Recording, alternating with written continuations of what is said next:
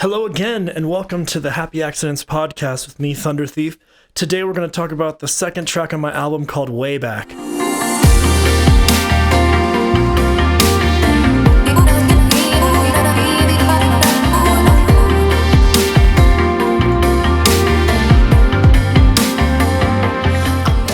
This track is really special to me because it is by far the oldest on the record.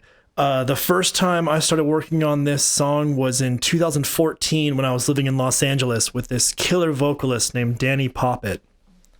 Danny and a bunch of my other vocalist friends had this group called Sidekicks, in which we basically wrote like top-line vocals for other artists, including myself, but we would get sent stuff from all over the world. And the song that we got that inspired these vocals initially was from this artist called Electrolyte. And he is an artist from the UK that I'd worked with a bunch of times, and him and I shared a record label for a few years called Ohm Records, and that was started by our now late friend Connor Steele, who is really responsible for a lot of my early exposure to anybody, and a lot of the vocalists that I got to work with were also all over the country, and some of them were in different parts of the world, and we really got to make a bunch of music together without ever meeting face to face, and it was really cool. So the first thing that got thought of in this track when Danny and I were writing in my dining room / studio in Los Angeles was it was the ooze that you hear at the very beginning.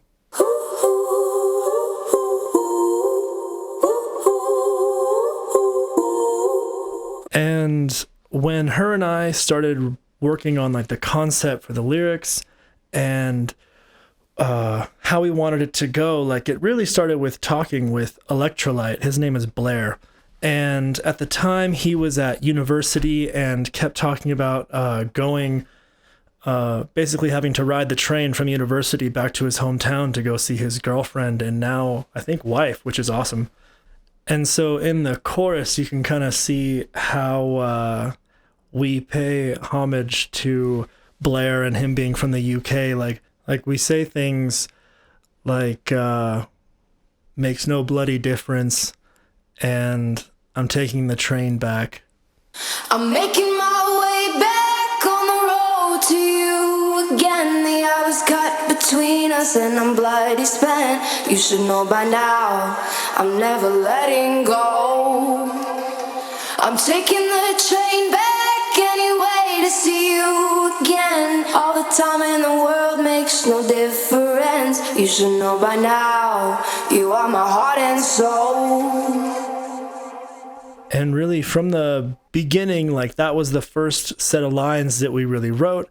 And all we kept thinking about was, okay, how can we continue to build this imagery of taking a train, all across a country to go and see the love of your life, and thinking really about how it feels to essentially like not even be concerned that there's a huge distance between you because it just feels like you are together all the time.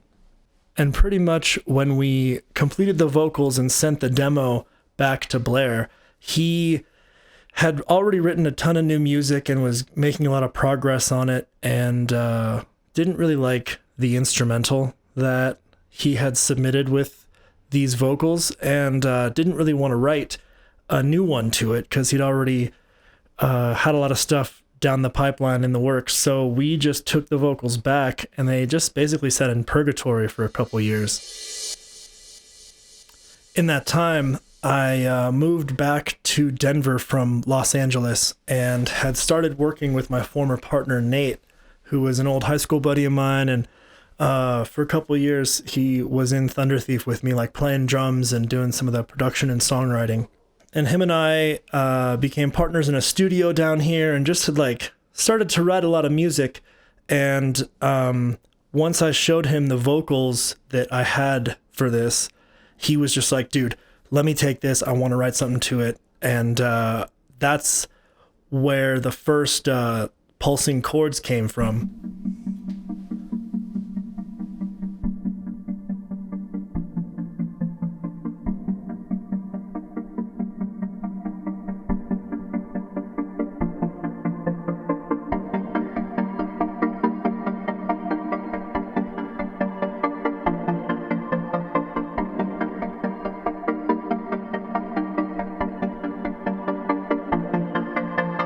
And after that, we started to design this synth bass that you hear in the chorus.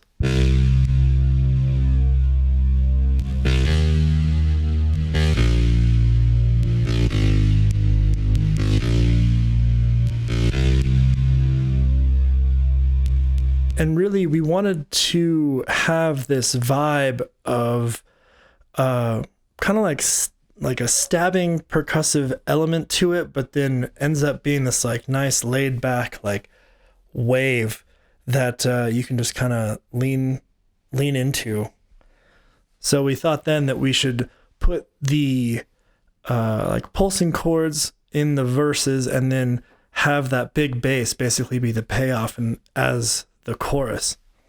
And then as Nate and I were jamming on it, he was playing some drums and programming some beats that gave the verse that really like kind of staccato percussive feel.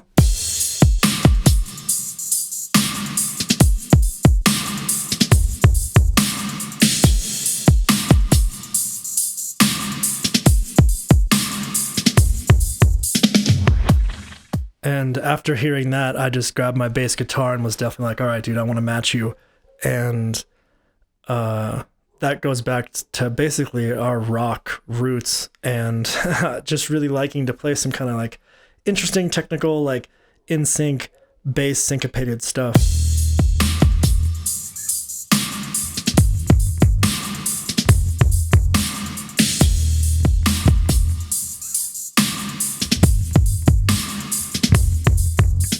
And that's also how I came up with the chorus bass guitar riff.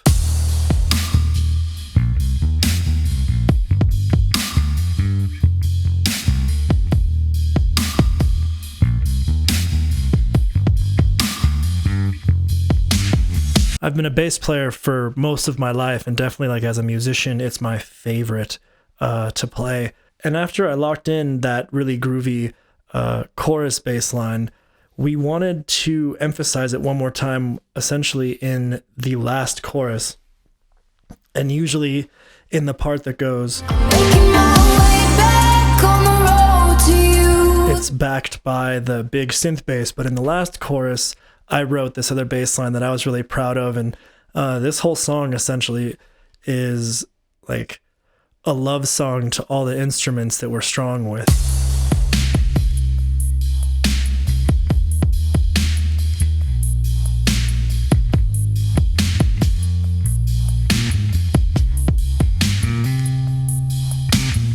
And after writing that bass line in the chorus for the last one, we definitely noticed that we needed to have some chords that tied all of those sections together so that when the synth bass or the bass guitar was playing, it still felt like it was kind of the same part. So that's when we came up with those organ chords.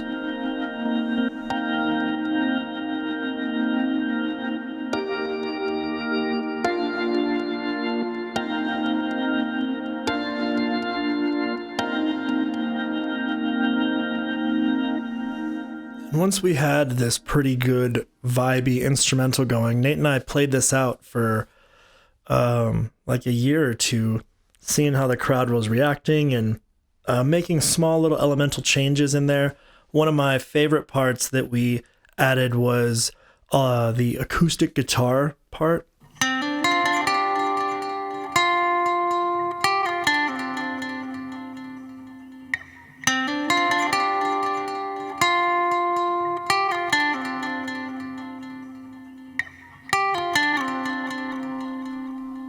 That turned into this evolving synth pad as well, which just really, I think, brought out the sense of like organic and electronic instrumentation that's been the thing that I've been trying to combine quite a lot.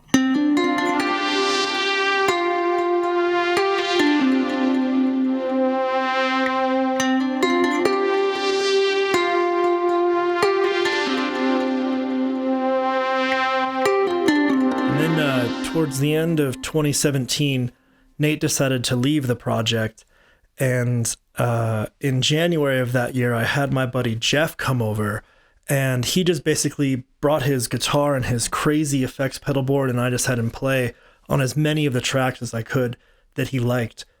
And this one happened to be one of the first ones that he wrote a really great lead guitar, like electric guitar part for the chorus.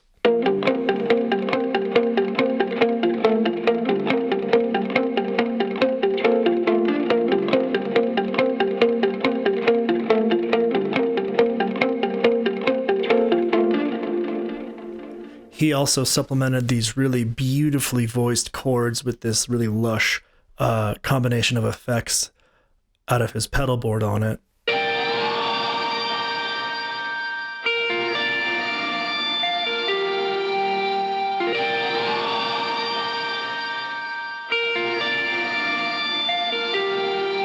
And really, after that, I added some effects and some textures in there to make it feel more organic and more in the world. And that's really how this song came together.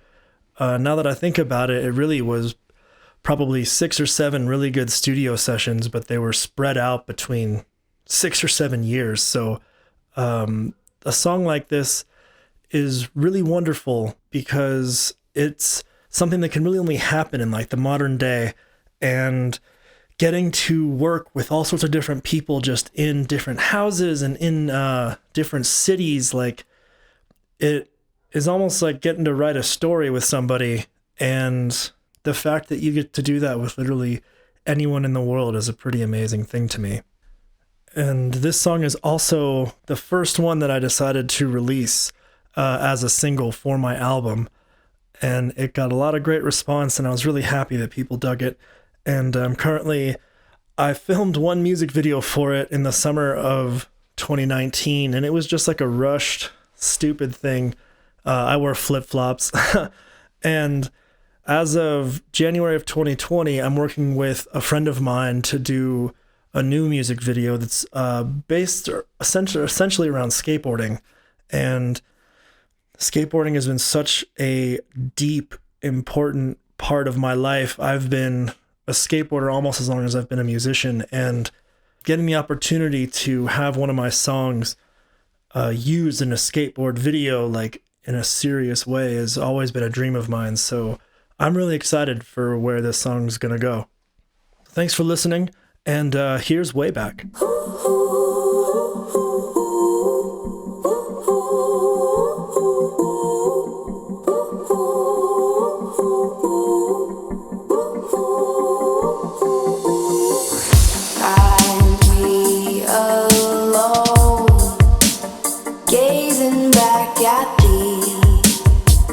Passing boundaries,